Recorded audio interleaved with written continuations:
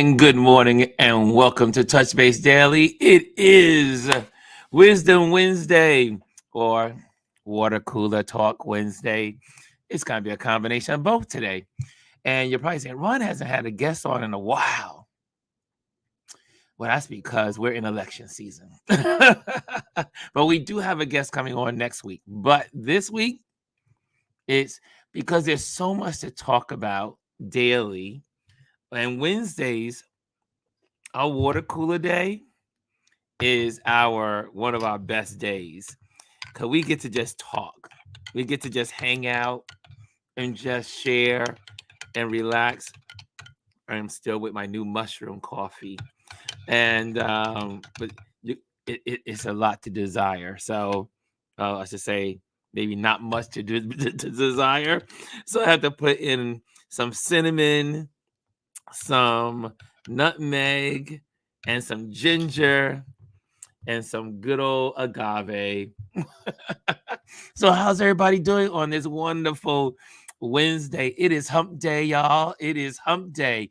And we got our wonderful Gwendolyn in the back room. She's gonna come on in a little bit. But let's see who's in the building. Let's see. I see Hannah in the building. Good morning, Ron and RLP family. I see Gwendolyn's in the building. And I see Aya is in the building. She says, Grand Rising. And Hannah says, good morning, Gwendolyn. I love when I see all that love going back and forth. And how are you on this wonderful Wednesday, she says. And I see Jazzy's in the building. What's going on, Jazzy? Good morning, beautiful people, she says. And going through, Elise is in the building. Good morning, Ron and everyone, she says. And then Gwendolyn says, good morning. She finally says good morning after being on the chat for a while. And Brian is in the building. Good morning. Good morning. So much is happening. Well, anyway, I'm just going to bring everybody up quickly. I mean, Gwendolyn's in the building, so I'm going to bring her in real fast because, good morning, Gwendolyn. It's so good to see you. Good morning. I was like, it's Gwendolyn's in the building. I see her. Yeah. Man, one is I'm excited about the Yankees. Now, you don't usually hear me talk about sports a lot. No. But the Yankees won again 2 days in a row. And yesterday, that last clincher of a home run. Pop, bing. Getting closer to the World Series. They could be going to the World Series. Well, the Astros are out, so I'm not watching anymore.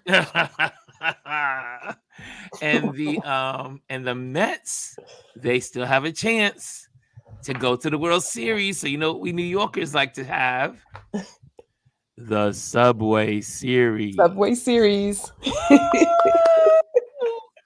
Hopefully so. We'll see. We will see. It's looking good in the sports circle. Oh, Elise is in the background. Let's bring Elise on as well. Lady Elise. Hello, Lady Elise. Good morning. Good morning. Good morning. It's a new day. How are you this morning, my dear? I'm doing well. It's cold and it's cool in DC, but I'm doing well. Oh, I love this weather. This is my favorite weather. You can have this weather. They're saying that it is the driest October in 50 years. We have not had no rain in New York. Oh, wow. No rain all October. We were in day 16 and it has been no rain. Huh. I think we might have had early on, but we haven't had much. It's been beautiful outside. It's beautiful. It's like living in San Diego. If this is like San Diego, I don't want to live there either. The sunny weather. Well, anyway, first topic out the box. Well, first, like I said, the Yankees won yesterday. The Mets are going to play today, so we'll see how that goes. And so that's in the sports world. Obviously, tomorrow is football. And but Georgia Can we talk about Georgia? Georgia on our mind, right? Georgia is on my mind. Yes. Georgia is on my mind. I am like, Georgia outdid themselves yesterday. They broke the election turnout of 2020. Right, they did. But they didn't just break it. They doubled it. Yeah. They 200,000. doubled 2020, which 2020 was an election year record. Yes, Right. it was. Right. But they Yes. doubled that yesterday.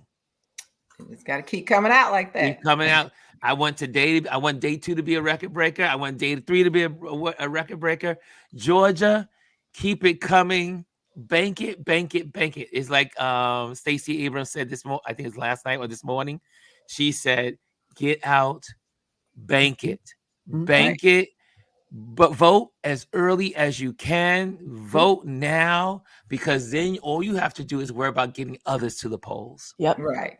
Yep. Right. All you have to do is worry about helping others, Yep, because that's you all are have to do. already squared away." Helping others, encouraging other people to get Yes. out there. That's what you have to do from that point on. Let's get out there early. I believe in early voting. I'm going Early to voting. I need to talk to DC and wonder why. I'm wondering why I started so late. That's Ours crazy. on the 25th or something. I think I know it's in the next week or next Friday or something. I know one thing. First. Whenever Already. it is, I'm usually there day one. Yeah. As soon as the door opens, they're like, "You are serious?" And I go, "I am very serious." I don't believe in waiting to the last minute. No. Yeah, my husband and I usually there the first day. And this time, I'm making sure I vote, because when the actual election happens, I'll be in Ghana. So Yes, you are going to Ghana. yes. We're We're gonna celebrate the win in Ghana. Yes. My mind. I gotta say, Georgia. I gotta just put. I gotta make sure I add this to my little banner, because I just want to say Georgia on my mind. Yeah, yeah, and I think they needed to show up like that. And, I was telling my husband what I was most excited about was Jimmy Carter gets the vote. Right. Yes. Now Yes, my it thing is. is, did Jimmy go out yesterday, or are they going to take him out today? So I don't know how they're gonna do how they're doing his vote. I don't know if they're doing it like he's gonna mail it in. I'm not sure how they're doing it. Well, it would be something If he went out, roll him in. He does his thing, and then roll him out. It would be so beautiful. One, number two, it will be the headlines. Oh yeah, it'd be all over the news. It'll be all over the news. There was a thread that said that he had already voted. So I don't know if that thread is credible, but there was a thread that said he had already voted yesterday. Yeah, they say he voted yesterday, so I don't know. That's what I keep hearing. I think don't it know. indicated he was voted yesterday, but I was hoping that they had him go into one of the polls. Yeah, I was hoping they had pictures of him, like at least even if he didn't go on the poll with his ballot. Like, yes, ballot in hand. That would have been drama, y'all. That would have been drama. It would have been a picture no matter what. There's a lot of reports here saying that he voted yesterday in early voting. So I don't know. So he was one of the record breakers. Yeah. Right. Georgia is on my mind. Like those people in Georgia that insist that they count those votes may hate the fact that they want a hand count. Mm. I hope they hate it, and I hope people are there to watch them that are not on their side. Mm-hmm. Say that again. The GOP lost in court to try to get this election in Georgia delayed by making those people count by hand. I mean, you talk about going back. We are not going back. I mean, these Republicans, these GOPs, these mega people, they're just, I'm telling you, I cannot wait to the day when they're just the way of the Whigs, the way of some, because they are truly the Confederacy.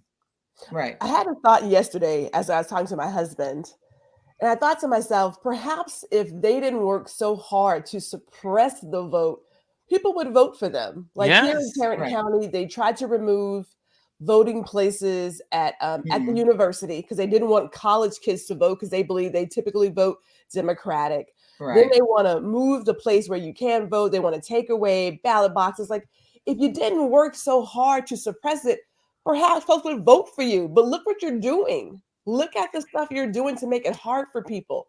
That's not a Yeah. positive. These are negatives. Cut it out. And didn't they just lose in court because they didn't want people to have assistance?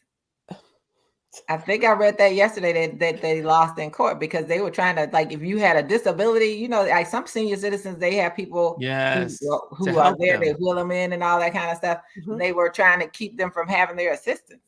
Ugh. And I was like, wow. And you know, and the part that really gets me about your state, Gwendolyn, he's in a wheelchair. Mm. But the thing is, And again, evil. if they would just have good policy, Yes. Right. if they had good policy, they wouldn't have to cheat. Yes. Right. But they have no policy. Mhm. The mega, because this is not the Republican Party of old. Right. These people have no policies. They have nothing they're running on but turning back the clock. Right. Well, they're They running on hate. want to turn back the clock. They're running on hate. Like, they are going for America's beginnings, hate, fear mongering, power over others. You know, it's like, dude, y'all gonna have to let that go. You Let can't it stop go. what the future is. The future is truly a melting pot of triracial, biracial, all racial Absolutely. something. Like, Absolutely. get over it. We are a melting pot. We, Right. America, the majority, and when you go to a Kamala rally or look at one, that's America. Mhm. Absolutely. And you know, and it's about white men. White men already know they're outnumbered in general. They're outnumbered by women and all the other groups. And that's what this is all about. They're White men. afraid. It's not about anybody else. It's all about the white men. It's But about did them. you just hear the news also? I think I at least sent it to me. I went and, I dove into it, that white women have changed the elector since Romney. When Romney was in place, they had 9 points voted for GOP. Then when first time Trump ran, it was 6 points. Right. The second time was 7 points. So you think about it. I mean, I just want to go with that little number there, that little span there before we go to the next one. Right. Is that white women, in spite of this guy caging kids, separating people, taking away rights, Mhm. abusing, having all these things, and how he did in COVID, and all that stuff, Right. putting on the Supreme Court justice that is against them. And these white women, not only did they vote for Trump, they voted for him more than the first time when they knew nothing about him. Yeah. And that's the thing. It's like they voted the first time, and then they come out and they want to put those hats, those pink pussy hats on and complain. I was like, I don't want to hear. Don't come to me saying anything. That told my husband, at this point, you're gonna have to prove to me how you voted. Right. Because don't ask for it. Don't come. I don't care who you are.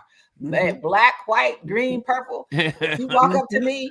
How'd you vote before I help you? How did you vote? How'd you vote? Maybe I'll call 911 for you. I mean, come So on. now what they're saying is, according to the polls, Right. obviously, because voting hasn't happened.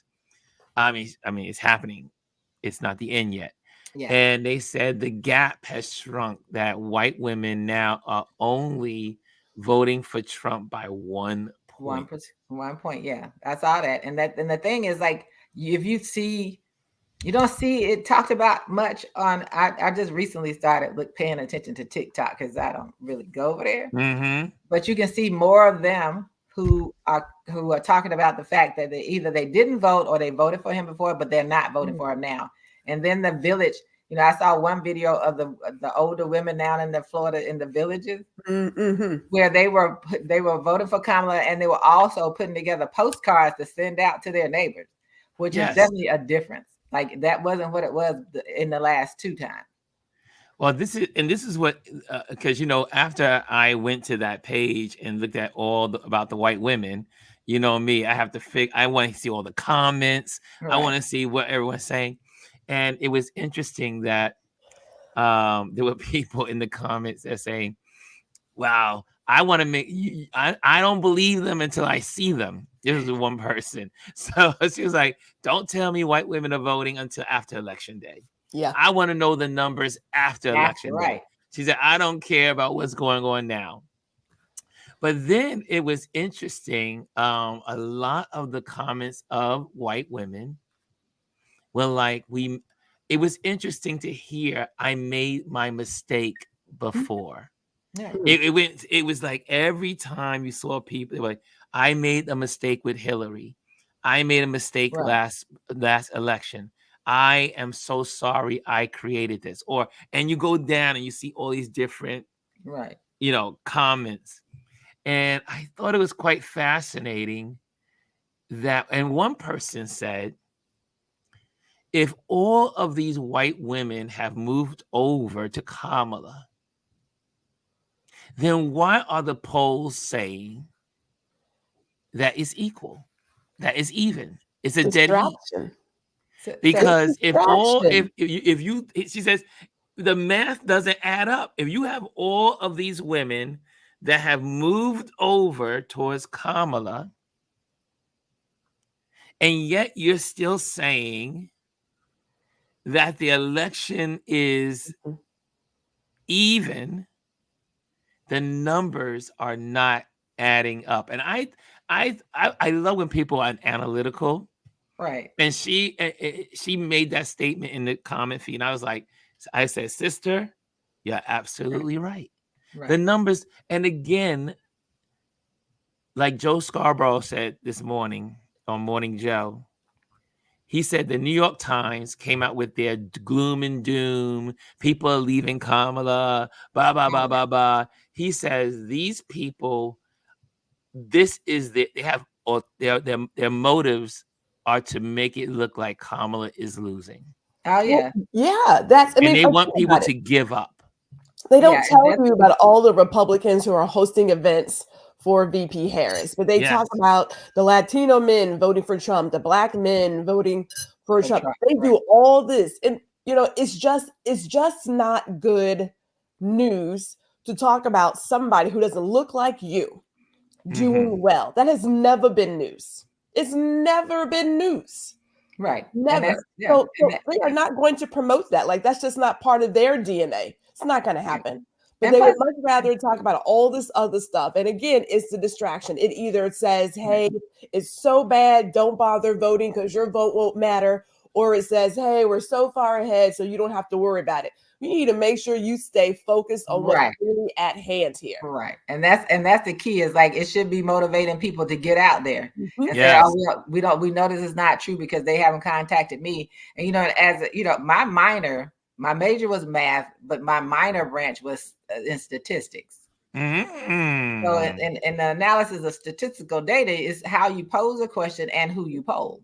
Mm-hmm. So you can get it to very say true, because it's like when people, there was if they tell you something works, you have to find out, say a particular drug is great, right? Yes. And they have polls. So you need to find out who paid for the research before you determine that it's real. Because if that company paid for it, it's going to say whatever that company wants. That's and then I keep repeating myself on this one point. These media companies, whether they're newspaper, whomever, they're owned by rich white men in most of the cases. Yes. Who don't want, but in 2025, they don't want their taxes to go up. This is about their money. Because the taxes, planting seeds that don't make sense, right? Yes. And it really is about us staying focused. And the more you say that, the more people dig in, the more people should be pushing people to vote, because you say, oh, that's what they're saying. That's not what we're seeing. And even when you look on the different social media, because what you said about white women and what they're saying, that's what I see them actually making in their videos. You have some of them now, because they've done their early voting. They're actually posting their videos where they early voted and that the fact that they voted for Kamala, so they say. And as Jazzy say, my thing is always, my husband always looked at, he said, after the last election, I said, if a white woman comes up to me, she's gonna have to prove to me how she voted, because I'm not gonna believe her. What you Because gonna, the what you numbers gonna don't, do? the majority of them didn't vote the way for my freedom. Do a snap. They didn't vote for my freedom and my Selfie. democracy. The majority of them didn't. So when I see that you all, less than 50% of you all at the end of the day vote for this man, then we can talk. Yes. Well, you know, if white women do this, Right. if this is correct, it will be the first time that white men or white women and white men have never, ever voted more than 50% for the Democrats. Right. They've never. White people have always voted against themselves. Always. White and poor, white and working class have always voted against their selves, which is an interesting phenomenon in this country, because people around the world, they stand in dismay. Like, how is it possible that Americans vote against their own needs? There's one thing I do want to show you all, and this is all the people that said about what has, well, let me go back. Trump wants to get rid of the Constitution. Right. And so Kamala was on the Breakfast Club with Charlamagne the God. Mm-hmm. And I loved how she worded this answer. She for the first time, she dug in to this suspension of the Constitution. And she says, the Constitution, y'all, is the amendments. Absolutely. All of the success that Black people and people of color, but mainly Black people, the amendments are there because of Black people getting their freedoms through the history.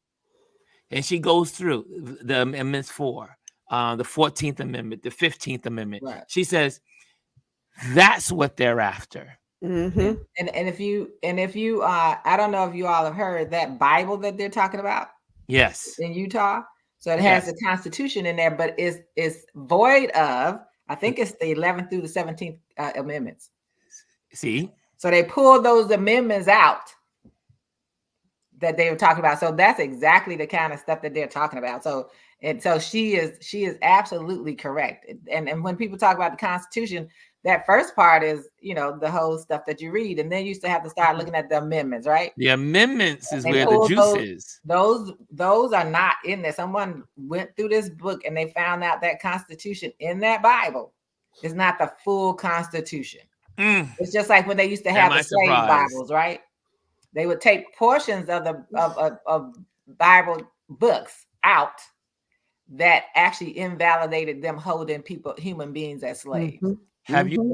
They had slave Bibles, and they say they have examples of them in the Bible Museum in DC. I haven't gone. There's one in Philadelphia. Elise, there's one in Philadelphia. Mm-hmm. If anyone has the chance, and you can go online and see it, it's called the Slave Bibles. Right. And what slave owners did is they rewrote the Bible and took out everything that was about liberation, right, and freedom. Whom the sun sets free is free indeed. All that stuff was eliminated. And then everything about slavery and serving your master is in the Slave Bible. Right.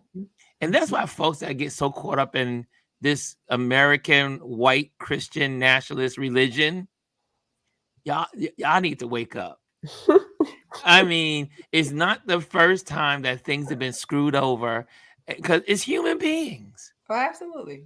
And the thing is, I mean, when I was shocked, I did not learn about the slave Bible until I think I was 50. Maybe I was 49 or 50 years old.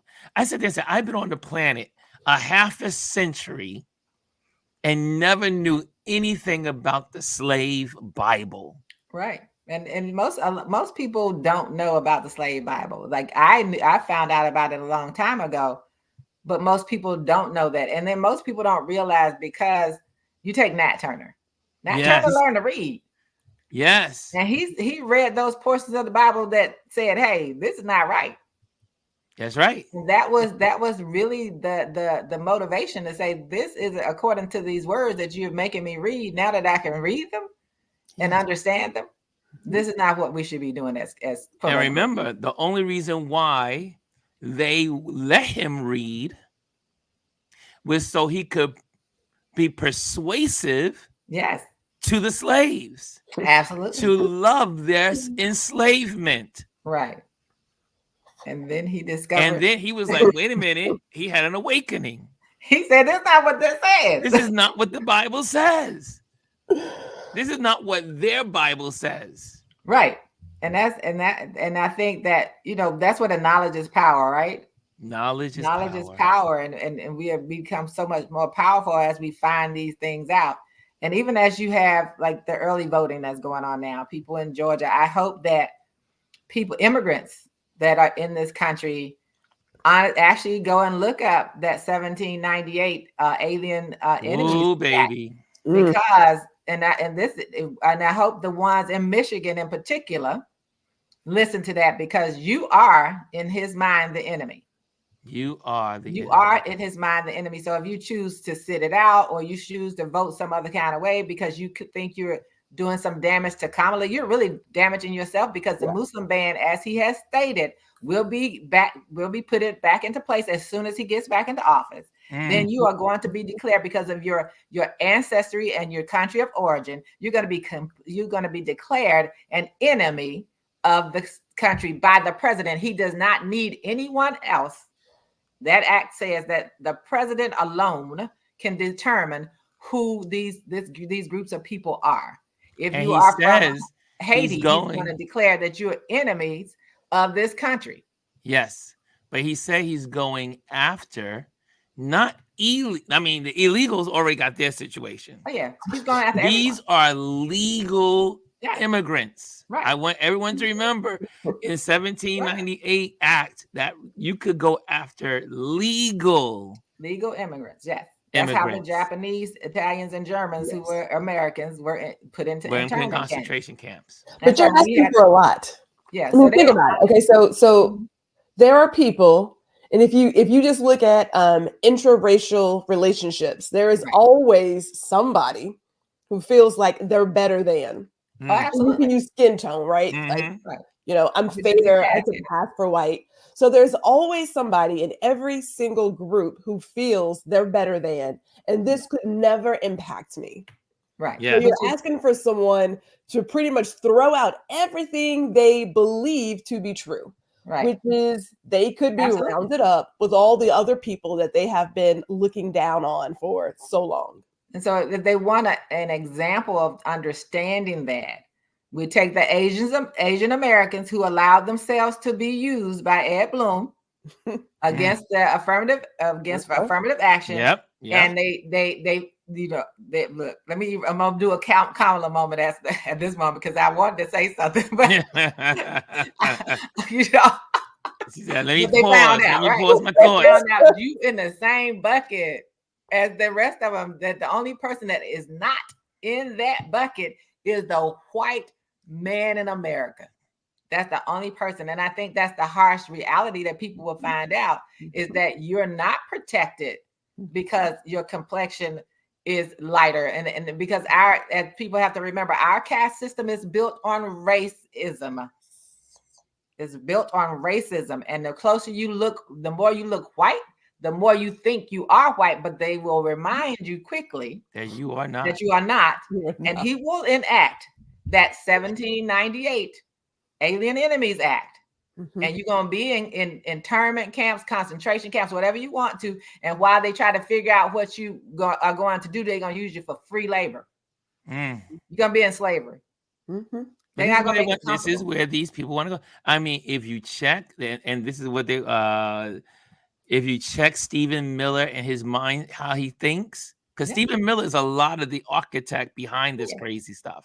Oh yeah, he is. Trump is not smart enough No, Not to even think close. this out. he didn't. This come is up a with it. Stephen Miller, and what's the other one? The one that's in jail right now, Steve Bannon. Steve Bannon. Mhm.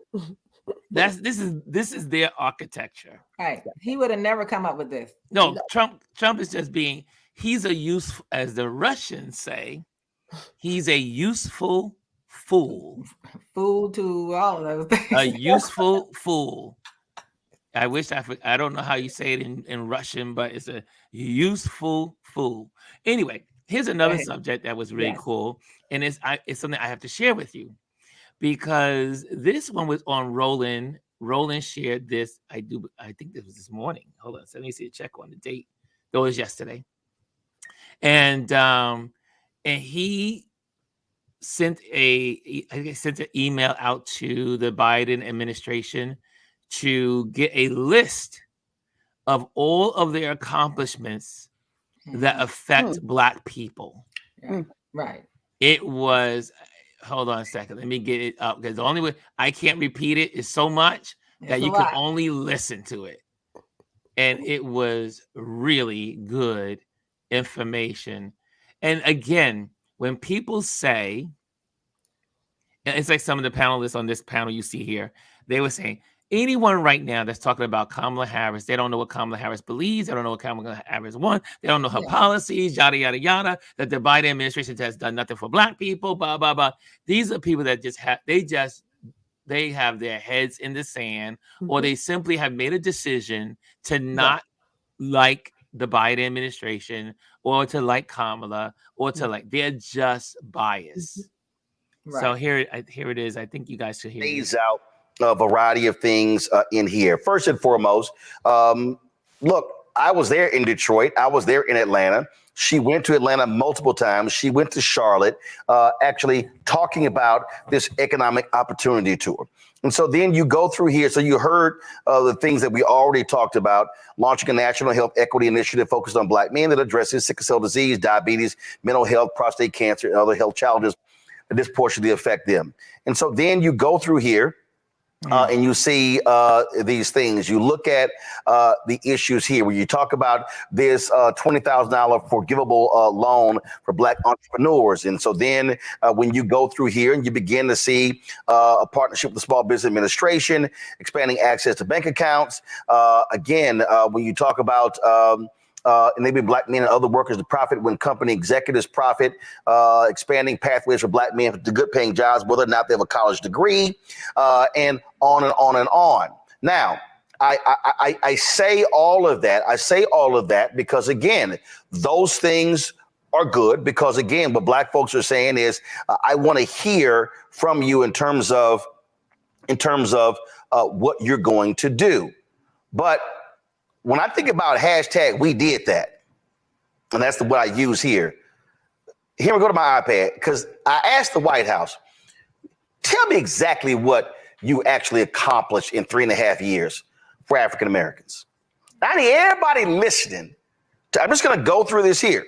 So get ready, y'all. They sent me achieved lowest Black unemployment rate on record, created 2.4 million jobs for Black workers as of August 2024. Lifted 400,000 Black children out of poverty by increased SNAP benefits through updating the Thrifty Food Plan. Who wants to actually cut the SNAP program? Republicans. Grew Black American business ownership at the fastest rate in over 3 decades. Triple the number of SBA-backed loans to Black-owned businesses. Awarded a record $10 billion in federal contracts to Black-owned small businesses in 2023. Invested more than $16 billion in HBCUs, secured a $900 increase to the maximum Pell Grant Award, largest increase in the past 10 years. And here's the piece, that Pell Grant money is actually in addition to the HBCU money. Then approved the cancellation of almost $170 billion in student loan debt, rooted out racial bias in home appraisals, and closed the black-white home valuation disparity gap by 40%. And you'll hear me talk to Vice President Harris about that. Reduced mortgage insurance premiums for FHA loans, saving 76,000 black households $900 a year. Cut costs for high-speed internet to 5.5 million black households with the Affordable Connectivity Program. Distributed $2.2 billion in financial assistance to over 43,000 farmers who experienced discrimination. And of course, Stephen Miller, Trump's white nationalist, sued to stop the money that was allocated to black and Hispanic farmers. Right. Led historically equitable economic recovery. Black wealth, even after adjusting for inflation, is up 60% to pre-pandemic levels, the largest increase on record. Ending health disparities. It says right here, lower premium costs by an average of $800 for millions of Americans, increasing black enrollment in Affordable Care Act coverage by 95%, more than 1.7 million people since 2020. That specifically impacts black men and their health. Lowered monthly premiums for health insurance, capped the cost of insulin at $35 and out-of-pocket drug costs at $2,000 for those on Medicare. Announced the first 10 prescription drugs for Medicare price negotiation, saving some $1.5 billion. Made sickle cell disease the first focus of the new Centers for Medicare and Medicaid Services model. Expanded Medicaid postpartum coverage from 60 days to 12 months in 46 states and Washington, D.C., covering 700,000 more women in the year of childbirth. Secured an additional $1.5 billion for a Head Start. Delivered $1 billion to more than 40 states to increase the number of school-based mental health professionals. Signed 2 executive orders directing the federal government to address inequality. Protected Black history as American history. Signed the Juneteenth National Independence Day Act. Designated Springfield 1908 Race Riot and Emmett Till and Mamie Till Mobley National Monuments. Signed the Emmett Till Anti-Lynching Act to classify lynching for the first time as a federal hate crime. Work to protect the sacred right to vote through executive actions, continued calls for legislation, appointed the first black woman to the Supreme Court. There are more black women federal circuit court and more black women to federal circuit courts than all previous presidents combined, and more black judges appointed in a single term, more than any other president in American history. Signed an executive order on police reform when Senate Republicans blocked the George Floyd Justice Act.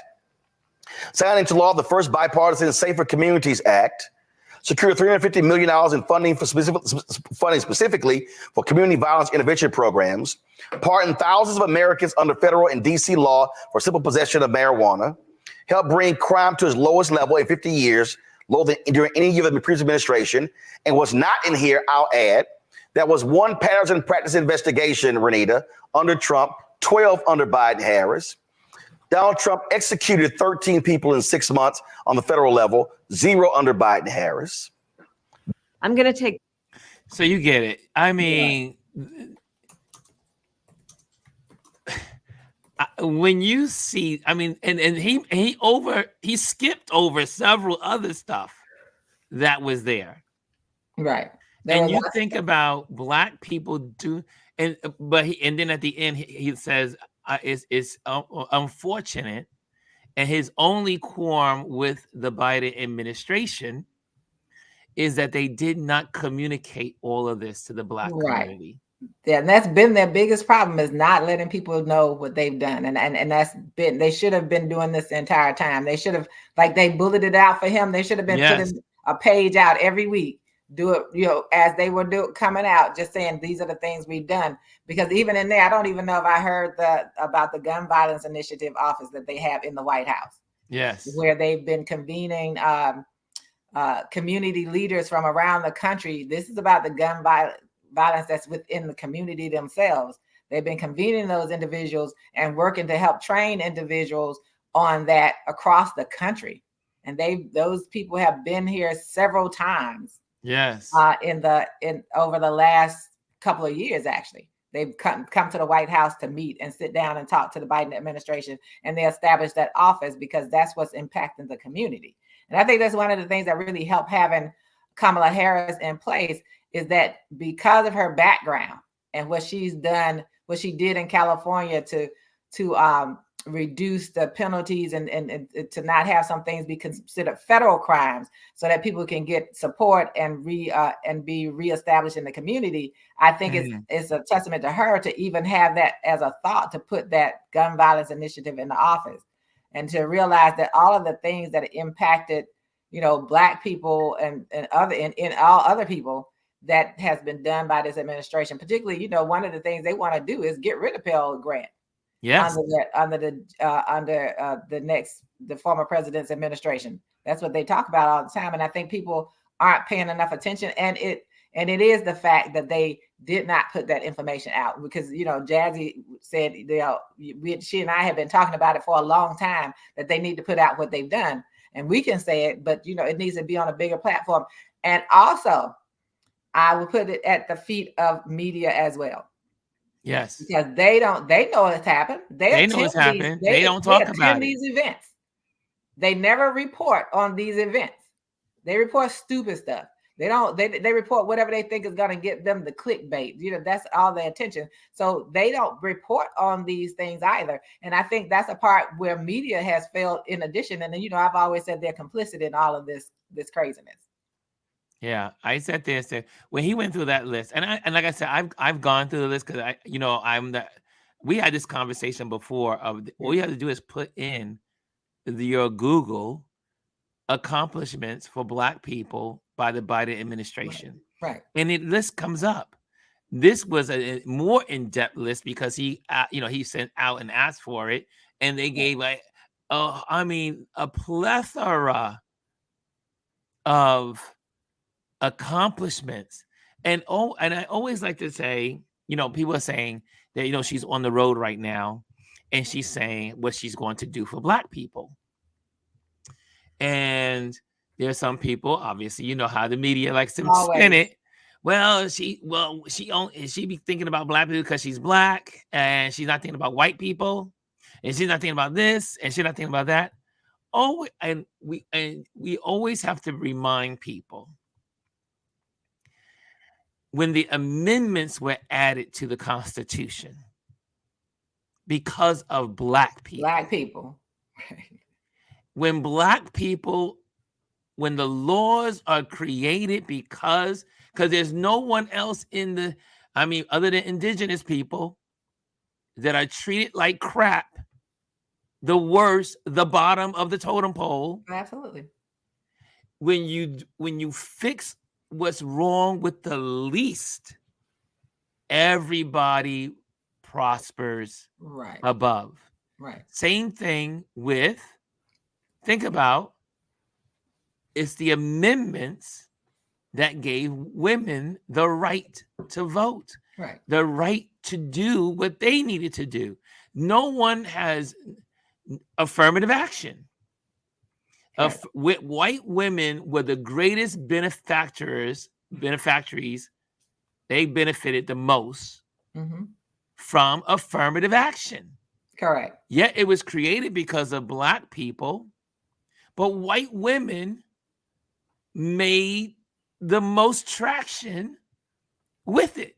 Right. And people have to understand, policies aren't really written specific, right? Right. So they're not, and that's why she kept trying. That's women. Why she kept saying, and she's become more specific. Like, Black people benefit from this as well.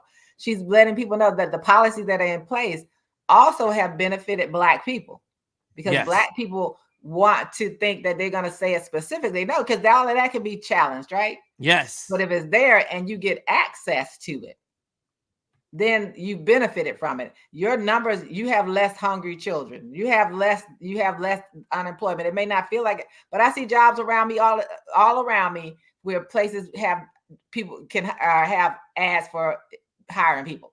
Yes. And it's don't need a college degree to get it. Why aren't you taking that job? And I used to tell my nephew, I told my nephews who I helped raise this, I said, let me tell you, if you don't have a job, there's nothing beneath you. There's no job too low for you to do if you have nothing. You do what you have to do. You had a grandfather who worked in a funeral home and in the hospital kitchen. There was nothing too nothing below him to make sure that he had what he needed. And I think a lot of times when people, I can't find a job, I can help you find a job today. Come on now, will you take it? Which is what happened in Springfield, Ohio. That's right. The jobs were there. They chose not to do those jobs. They didn't want to do the jobs. Yeah, they chose not to do it. And then, even with the farm workers, the farmers, there's this white farmer, he says, I put the ad out there, no one responded. So these are the people who showed up. That's so right. We have to stop complaining about what people aren't doing for us and understand that the way they can accomplish that is by putting it out so we can benefit it and make sure we're included. And I think the Biden administration, like I said, this is the first administration in over however many years where we can say Black people genuinely have gotten some major benefits. This from is the first, specifically the Biden HBCU money and all that. Yes, the Biden administration has done more for the Black community and people of color, but mainly the Black community, than any administration ever before. Right. And he's fulfilled those promises. He said, I'm going to get the Kamala Harris, and here's my VP. I'm going to get you a Black female Supreme Court justice. That's right. And he did it. He got a Supreme Court justice, gave you a vice president, a Black female vice president, put more Black women on the judicial life court. Like, when you become a judge for life. Those are federal judges. Yeah. Those are federal judges, and more Black women are serving than ever in history. Right. And they miss out. Hey, Jazzy Jazz. Hey, Jazzy. You're on mute. So. I know. I just realized it. Hi. Hey, Jazz. So good to see you. I know you want to add some sense to this. Listen, I again, I have a meeting in like 12 minutes, but how are they? I just wanted to say, because I think something that is always missing from the conversation when we talk about this is the fact that I see it all the time. I'm in an organization. My organization targets specific people, right? Right. And so when you are not that specific person, you have a tendency to say they're not doing anything. Right.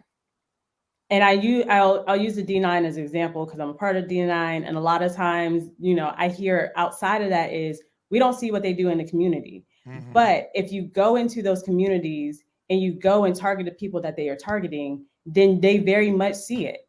Mm. One of the schools that my sister works at is one of the schools that my organization sponsors, right? Is a Title I school. We go in there, we give kids books, we have a tutoring program, we have all these things. And the same exact thing is happening with the Biden-Harris administration. Right. They are doing things that are specifically targeting people. But if you are not touched by it, you have a tendency to say they're not doing anything. Yeah. So my question and my ask is, for people that are still saying they aren't doing anything for the Black community, what is it that you specifically want to see? Absolutely. Because when that question is asked, there is no answer. Yes. Because they don't know what they want. Well, saying is, as a professional, right? As a professional, we're all taught as professionals in our fields that people don't know what they are missing. Our job as a professional in our field is to tell them, to educate them of what they need, because that's our job as professionals.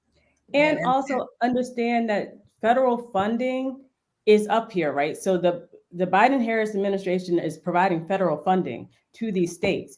The state, if your governor is a red governor, if your legislator on your state level is a red legislator, use North Carolina as an example. They literally sat there. They have a Democratic governor. They have a red legislative body, legislative branch, and they sat there and did not take federal funding for infrastructure. They did not take federal funding from different organizations. So when Helene happened, they were having all these issues because they voted not to accept federal funds. Right. And this is what the Democratic Party, to me, has to say more clearly, and say it with their whole chest and say it plain. They cannot sit here and over-intellectualize. The one thing I will give Trump and Vance credit for is that they are very good at dumbing it down.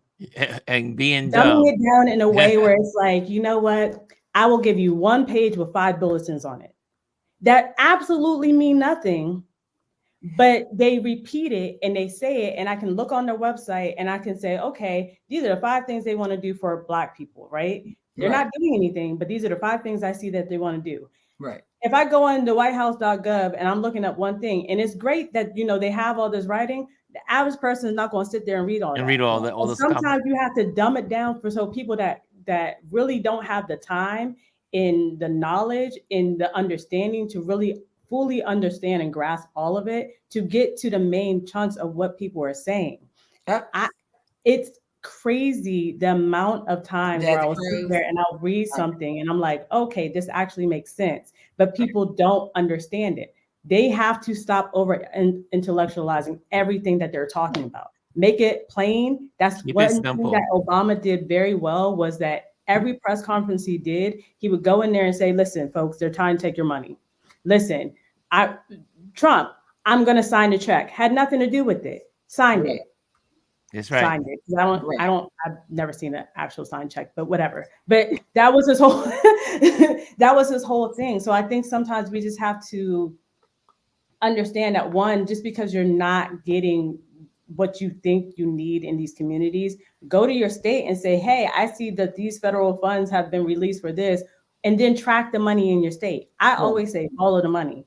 In North Carolina, one of the things that they do is that in certain counties, they don't have, like, you can vote for your councilmen in the counties, you can do all that, but there's one specific person that's in control of the money. And if you don't vote correctly, right, the person that's getting appointed to release these funds, me and Elise could be in cahoots, and I say, okay, Elise, you know what, me and you, we gonna run this up, and I'm gonna elect you to be the money person. And I know that we want to, I don't know, have a garden, and we can put all the funds in the garden, and you can't do anything about it. Because that's my friend, they call it the comp controller. Not a voted person, but it's not a voted person in North Carolina. This person is a county specific person, and they're not voted for. They are appointed by the person that you're voting for. So you have to pay attention to what you're doing in your local elections. They mean more. All of these elections mean something, but the local elections is the most important thing. There you go. Yeah. And all voting begins local. Change in your community, vote your local councilman, vote your local senator, vote your local House representative, school board member. Who those people are, and you're not doing anything for yourself. And the prime example is Mississippi on that, as far when that money went to help build a volleyball structure down there. Yeah. That was meant for people. I'm still mad at that. So you have that. That's how they choose to use it. And I think it still goes back to what you put in the chat earlier, Jazzy. People not understanding the structure of government. Yeah. The fact that, yes, that governor is there, but these people control the purse strings. They control the purse strings, just and like you got it. That's why you can't have that split ticket. A split ticket don't work. You cannot have that split ticket and Carolina is an example. And that they have those issues down there now that was caused by that split ticket. Yeah. And then when you have totally red states, governors and all that, it's a disaster. And then when they need something, the people like, oh, you know, when Texas had that horrible problem a few years ago, and it was the power thing. Oh, you can't get connected to anybody's grid because you're on a grid alone. The federal government can't help because you voted on it. Because that's how your red folks chose to do it. Your red folks. Speaking of voting, did anyone see the debate yesterday with Ted Cruz? I didn't see the whole thing. Oh, baby. Ted Cruz is a windbag. I mean, he just made noise. I'm hoping that I just wish one day that the southern states, the people of the southern states, mainly the white people in the southern states, but in some places there are more black people, but they're all divided and gerrymandered. And gerrymandered and all the other stuff. Yeah, they're gerrymandered. So all of the people of the southern states will begin to wake up and vote for their needs. Right. And you talk about the gerrymandering, you know, the fight in Alabama where you had the black people who were trying to get another spot because they had been gerrymandered such that they did not have that.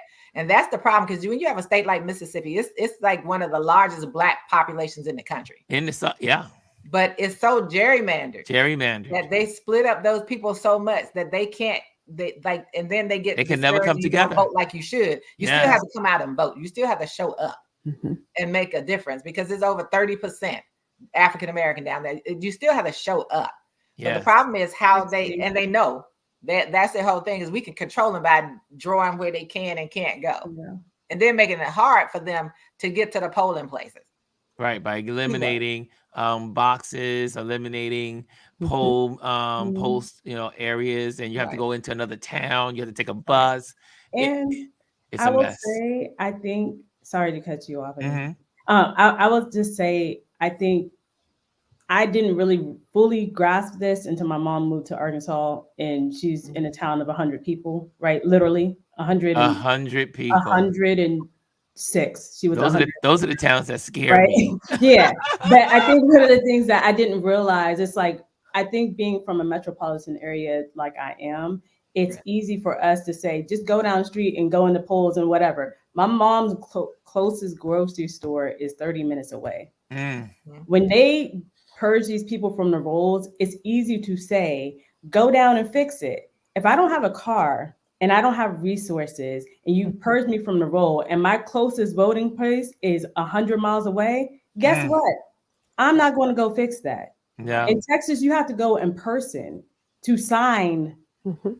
that form. Yes. If I'm 100 miles away from something, and it's easy for people like us to sit here and say, okay, just do it. It's But very we true. have to have Very true. some understanding there, because truthfully, I didn't fully understand it. I was like, what's the problem? Like, even with my mom, I had to help her look up her registration and show her where it was, because she went to the city hall, filled out the paperwork. They didn't send her anything back. They weren't going to send her anything back. We found out where to go. It's very confusing. And I think we take it for granted being in places like we are from. True. Oh, Very absolutely. true. Like, we really do. So, all right. Because also All right, Jazzy, enjoy your meeting, also, girl. also when you live in a town of 100 people,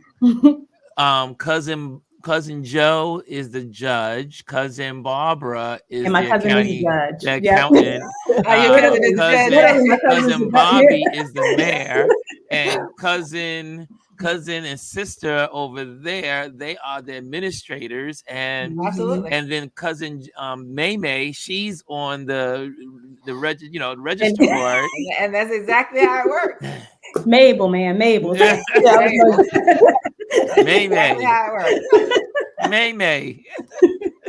And that's the stuff, and and that was so obvious. I'm scared. What they I'm were doing scared in of Georgia. small towns. Because that was the thing they were doing in Georgia. They were moving. They had moved the polls in the Black communities, so that it took them hours in line to vote. Where in the white communities, they could vote in a matter of minutes. And so they would that's what they were doing. They were moving them away. You have people where your polling places are 30 minutes away. But it used to be down the street. And so that doesn't make sense. It's a whole totally different area, totally different county. It's ridiculous what they do, but it's all about voter suppression. It has always been. It's always been about voting suppression. And again, and we're going to end it on this, is when you think about, like I said, I always remember my grandfather, my uncle, who was in an accident, lost his leg. He worked for sanitation. And there was no hospital. The hospital that was in their town closed in North Carolina. They had to fly him out by helicopter to almost like, I think he had to go to Virginia. He had to go to Virginia to get his leg amputated and the surgery that he needed from this accident. Because in North Carolina, even though they may have a Democratic governor, Jazzy was saying, the legislature said, we do not accept money from the Obama administration. Isn't that crazy? Because we don't want, they would say, Obamacare in our state. Meanwhile, people are dying. People don't have the hospitals. The hospitals have closed down. They don't have the financing.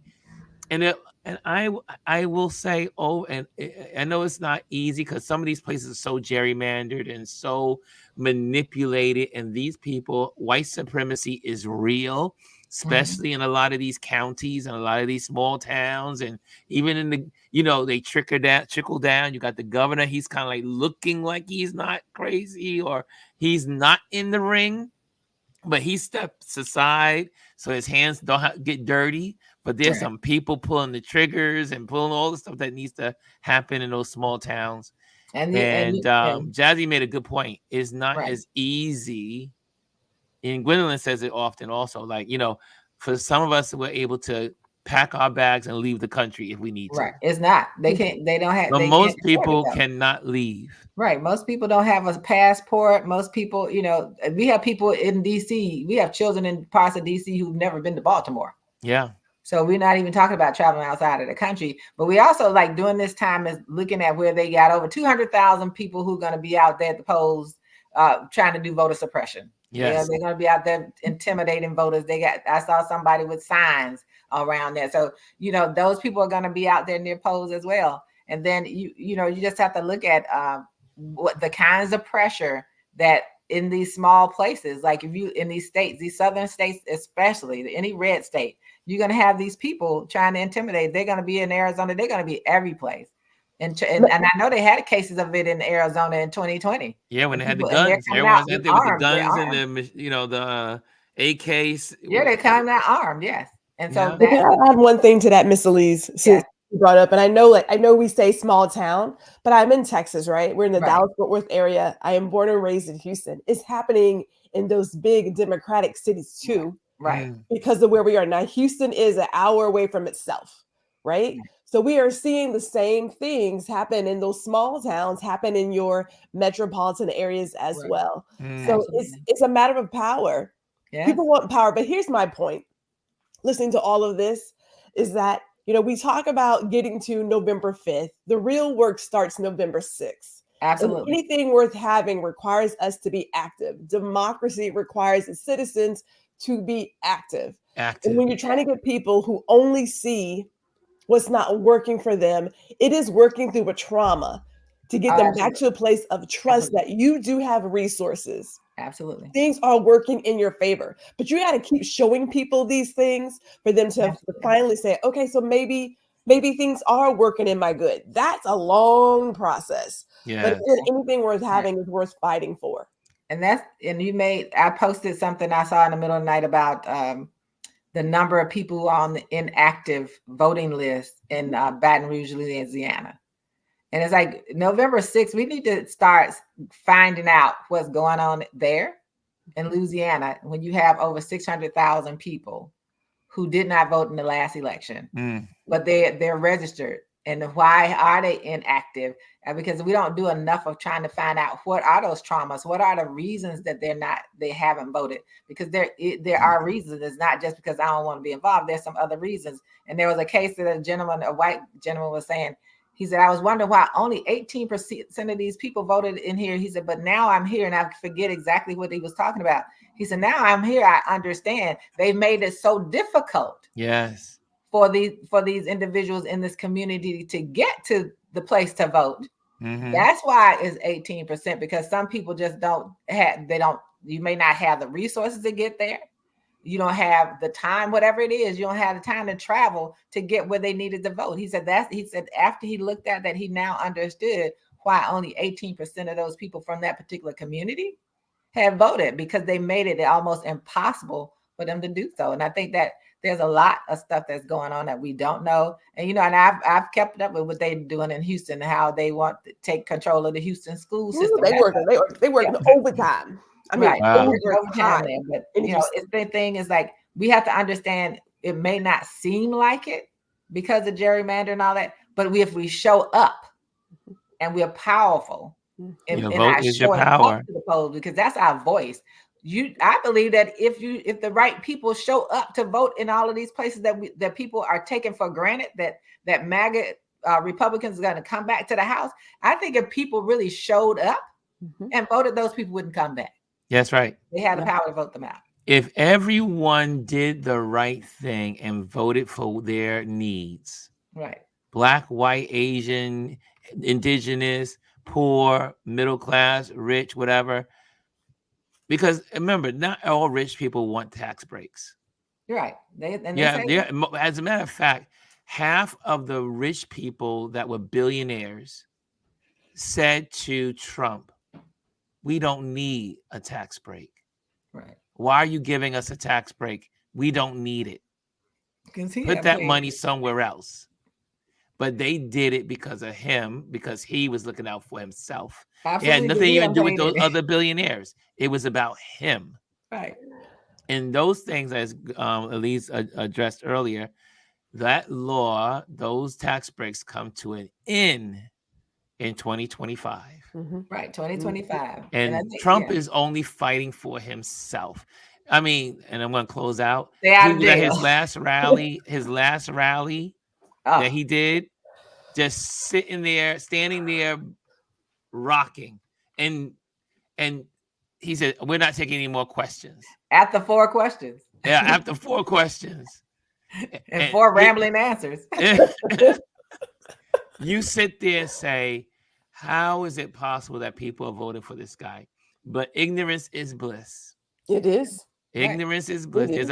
There's a happy place in ignorance. Yeah, but the audience asked some Some people began to walk questions. When you asked about what are you going to do for small business, Yes. but he started out talking about gas. You knew Yeah. you weren't going to ever get an answer. He didn't So, answer anything. He never answers the question, but they ask meaningful questions. My thing is, once you hear that and you still stand there and say, I'm going to vote for this, then that's on you. Mhm. You They're should gonna know. vote for it. They are. Right. And again, but I'm glad that Kamala is taking care of business. She is going to be on Fox. Yeah, She's that going she is. in. I like to say she's going into the lion's den. She's going to be on. I do believe they almost finished with this, the #1 podcast in America. Oh, that Joe, whatever his name Joe, is. whatever his name is, and I never Rogan or listened to him, something so like that. I Isn't don't it know. Rogan? Joe Rogan, right? Rogan. And so she is making waves. She is going to be on several talk shows. She's on podcasts. That's how you do it. And You know she's what going into Gerald Ford's community. She's going into all these Republican communities to go. All you need to do is chip away in every one of these one thing places. though, Ron. May I? I appreciate her doing all that. I really do. Trust me, I do. However, we all know, and I'm just saying from like a woman's perspective, you can be a mediocre man and you can do all the tricks and it's not going to do anything. So I appreciate it. But these folks have their mind made up. Right, because this man, you said mediocre. This man is not even mediocre. Not even mediocre. And so gets away with despot. And the media never holds him accountable for anything. No. But what I'll give Kamala credit for is that she is a very confident woman. Yes. And she's not afraid of anyone that asks her a question. And that part when Charlamagne said to her, I didn't watch the whole thing because Charlamagne can be a little crazy. But when he said to her, people keep saying, you keep repeating the same thing over and over again. Oh, that was good. And she said, that's called discipline. Yes, baby. He needed that. She needed was like, that. That's discipline. She said that's called discipline. Discipline. He didn't know what to say. Kamala, she rocked that interview. She rocked that interview. And I don't want to be, and from all the white ladies and white folks that are in our community, there's a certain way, and I said this before in the beginning of this election season, there's a certain way that Black women are able to conduct themselves and how fast their wit, their wittiness is so.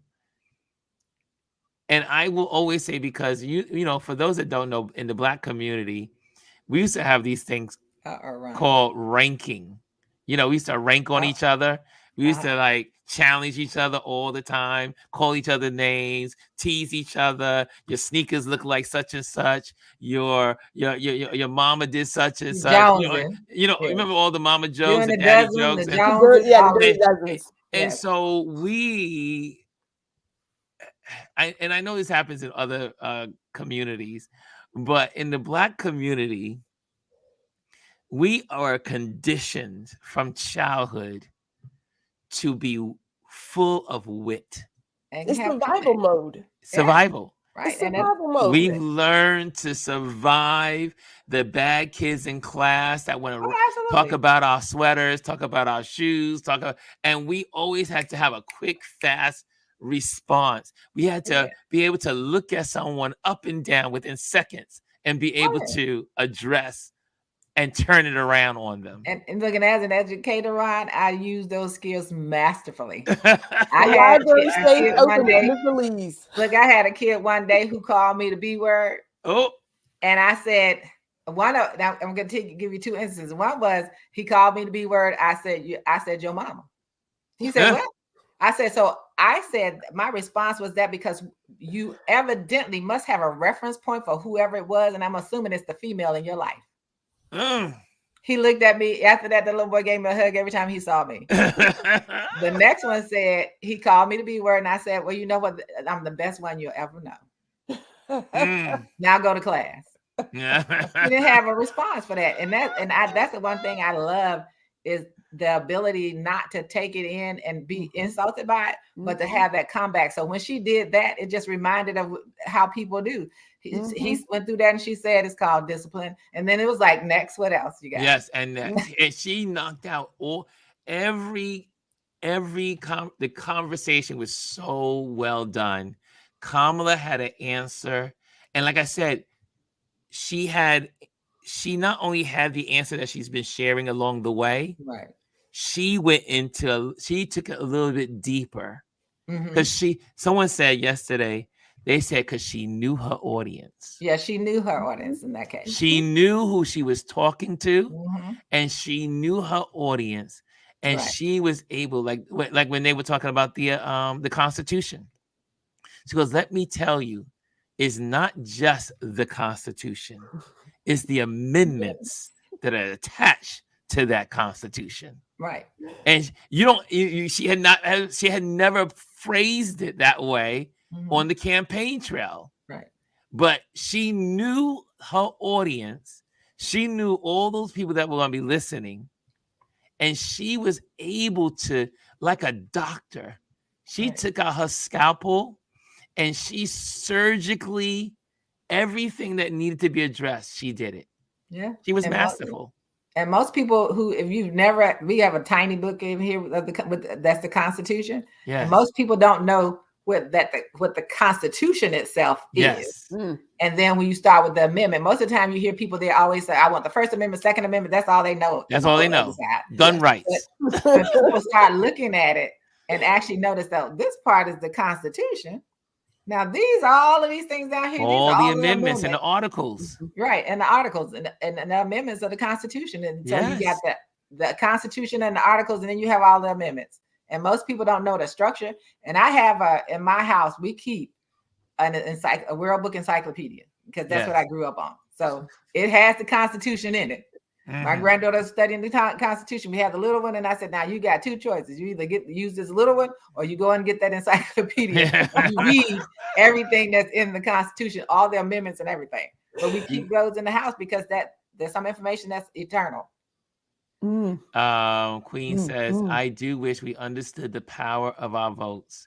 You are so right that if we all showed up to vote, there would be an astronomical change in the direction of our country. Yeah. The last election, 70 million people, registered voters, did not show up to vote. Didn't show up. People don't know the power they have. And the con has been that you have no power. And some people have agreed to stick to that con. And then the moment somebody wakes up and says, I don't know why you're doing that because you have XYZ, it changes the dynamic. Yeah. But that means that people like us, and I talked to Ron about this, you know, my siblings and I, we have different life experiences. We are definitely not the same, although we came from the same womb. Right. Having different life experiences means you can expose your family members, your friends and loved ones to other things that they don't know. Stuff comes up and, you know, Gwendolyn's like the World Wide Web. They're like, hey, can you explain this to me? And so we'll go into it in like a family chat. Now, if you choose to believe it, great. If you don't, whatever. But it's the conversation. And we don't do enough talking as families. We don't do enough talking as friends. Absolutely. You know, we don't like to call people out. This election, in my opinion, and I know we're closing, Ron, it's about your values. You either are a person who believes in hate, because I'm going to call it what it is. It is hate, plain and simple. What's going on over there is about hate. You can talk about, well, it's the economy, and those are lies we tell ourselves because we don't want to look at the man in the mirror or the woman in the mirror and be like, oh my God, I'm that person. You are that person. It's hate. Yes. You're right. Plain and simple. Absolutely. Or you can say, I do believe in this idea of America where everybody can have a piece of this American pie and that dream that died some times ago and have a house and a picket fence and like 3.5 kids and a dog, right? Like it's that. But you have choices, but people don't know the power they have. Yeah. When you start telling them you have power, you have as power, employee, as mother, father, whatever, you have powers. These people, they work for you. You better tell them. Otherwise, nothing happens. Absolutely. There you go. Okay, ladies and gents, we are out of here. This was wonderful. We went into overtime. I was like trying to get out of here by 11 o'clock. But you know what? That's what I love about streaming. And I have totally embraced my power in streaming. Have you, Ron? I love that we get together every morning and have conversations and talk as a community. I mean, there's other places you could be, but you're here. We're all here together, learning together, encouraging one another, supporting one another, and giving each other information because we all learn together. And the hope is that once the information is given and shared, is that we all take it and give it and share it with someone else. There you go. Community, because that's the most important thing, is that we spread it. It's not just to be housed and stay right here and we all say, oh, we know, but go inform someone else, because that's what the knowledge and power really is how we use our voice and outside of these conversations. Because I know the three of us sitting right here and Jazzy and Brian and all the other people in here, they're constantly talking to other people. And I think that's the important part. And it's like, I heard this today and my group talked about this today, and you go out and talk to a friend because somebody may have that question and may not know. And I look, I'm the one that's calling everybody. I say, did you vote? Do you know when your voting starts? Get out there and get that done and tell me when you did it. But I think that the important part is the information that you share. And after you get off, there are more people who will listen to the replay. And it gets to show again on Indie Soup Media. It gets to play again on Indie Soup. So more people get to see it, right? So the more people get to see it, the more power it generates and the more people understand the power they have. We are so much more powerful. They fear us because of our power. Yes. And I have to say what Tank said, that they're more afraid. They're not afraid of our violence toward each other. They're afraid of our love toward each other. There you go. There you go. And as Chris says, hit the button, hit the like. If you enjoyed this conversation, hit the like. It makes the algorithm say, oh, maybe we should send more people your way. So that's how the algorithms work. And also make sure that you, again, like and subscribe. If you're not a subscriber, make sure you do that. And we're going to have, tomorrow's our Trend Watch Thursday. I think I'm pretty sure Chris will be here with us tomorrow. And we're in voting season, guys. And again, remind all of our friends, all of our loved ones, everyone you know, your neighbors, get your vote in now. If you can, the earlier, the better, because also you can correct if you're not on the rolls or something has happened or there's a dispute. You have time to react by going to the polls early and voting. Let's keep the records going. Georgia, you are my mind. Georgia, everyone that started early voting, let's show up and show out. Show up and show out. Yeah. I see Rashawn says, so true, Gwendolyn. So true. Look at you, the ladies of wisdom. Anyway. Guys, thank you for joining me today, and I'll see you tomorrow. And this was real. It was real. This is real. Bye.